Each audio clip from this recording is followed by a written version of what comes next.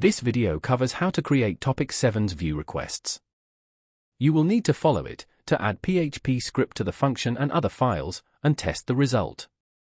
Before the creation of the files, it is important to introduce the curl class file, as this will be used by the views code. The file contains one class, the curl class. The class has two key functions. The first is run_curl_get. This can be used to send non-JSON requests to a service. The second function is run_curl_post. This is used to post JSON requests to a service. The class does not need to be changed in any way. It is ready to use, as will be seen by the end of this video. Now, ensure you have the viewfunctions.php file open. This is a PHP file, so it needs the PHP delimiter added at the top. The script needs to use curl, so add the line, include _once, curl.php.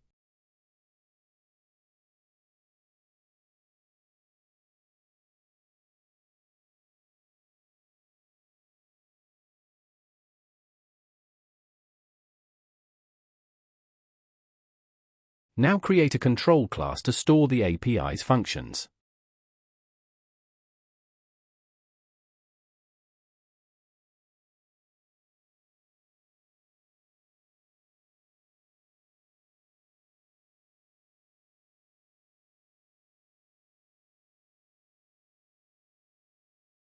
The control class needs to access the curl class, so add a private variable, $curl_obj.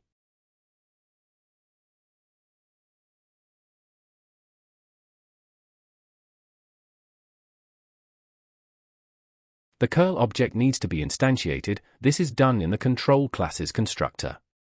Enter public function _construct. Don't forget the function's brackets.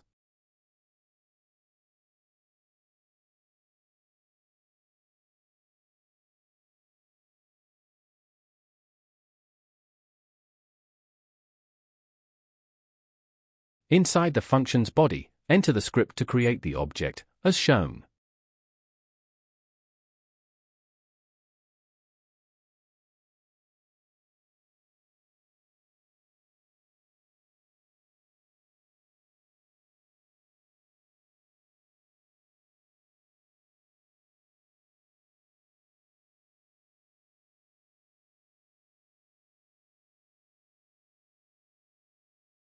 This will allow the class to use the curl functions to send data to another server, such as the control.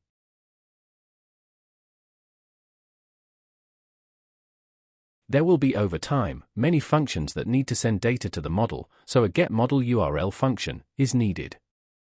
As only functions using it are in this class, it can be a private function. Call the function getControlURL.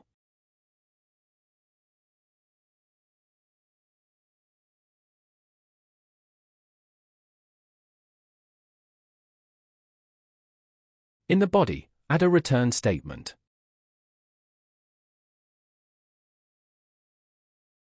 The contents of the statement will be the URL of the control. To get this, go to your control's test page. Use the button to copy the model's URL. Return to the function and paste in the URL. You now have a permanent link to your Topic 7 control server.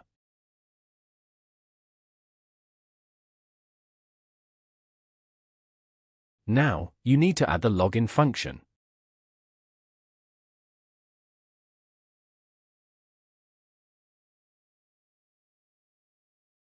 This needs to be a public function, so it can be called outside the class. Give it the name, login. The function requires two arguments, email and password.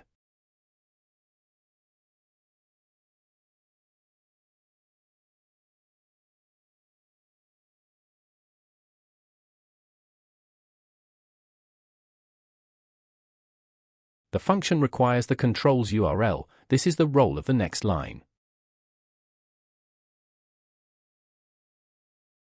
Note that it uses the class's getControlURL function to do this.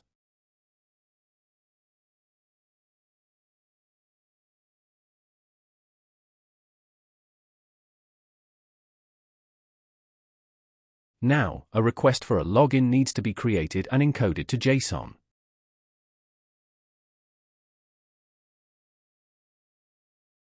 Create an array labeled as $newRequest.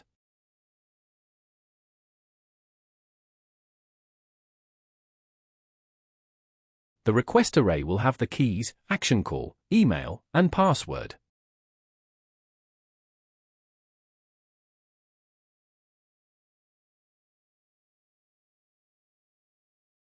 The action call should be set to login.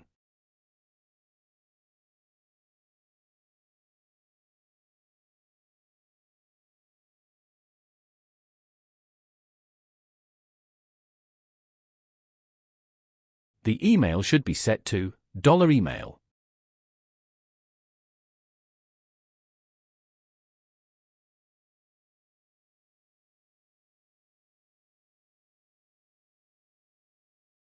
The password should be set to $password. These satisfy the Control API's login needs.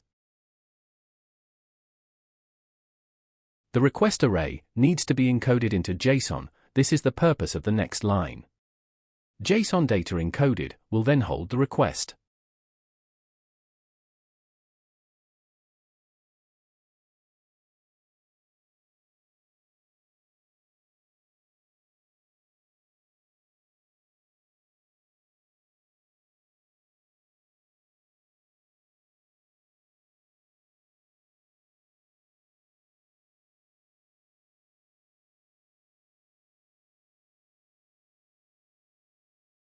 Now, the runCurl function can be used to send the JSON request to the view. The result will be returned to the calling function, in this case the transaction user file, as will be covered later.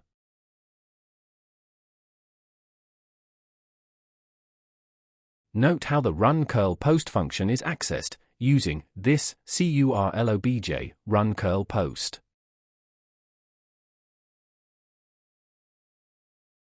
The function requires the control's URL and the JSON request.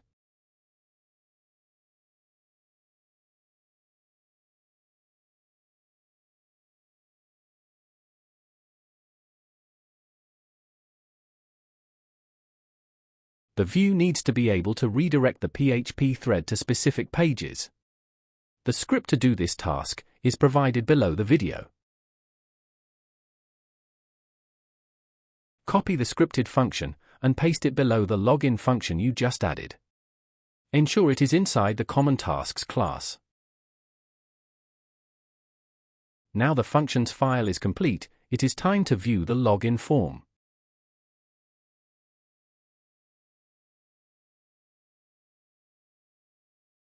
Whilst the login page is a PHP file, its main body is an HTML form. It includes a common header file. The form's method is post. Its action is to send its data to the transaction user file, which will be viewed later. Its inputs includes email and password. It has two submit buttons named action, with the values login and cancel. So a user can enter their email and password in the form, which will then send the values to the transaction user file when a submit button is pressed. The transaction user file receives the login form's values for email, password, and which submit button was pressed. As it needs to request data for login, it requires a link to the Common Tasks class. An instance of the class is created so its functions can be accessed. The script checks for a valid form receipt using the $_request value. The switch statement checks the action button's value to see what the request is. It confirms that the email and password values are not blank. It is here where the password is encrypted with SHA-256. Then the email is checked for validity. The filter validate email test was covered in the security topic.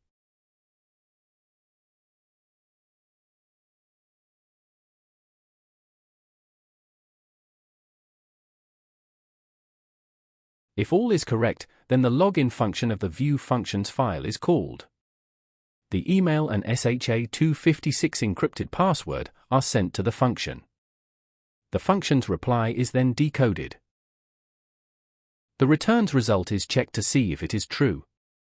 Remember, the control changes the model's pass to true. A true result leads to session start being run, as the user's details are to be stored as session data. As can be seen, there are 4 values stored from the login's reply. They will be used in differing ways. As this is a successful login, the redirect function is used to send the home page to the browser.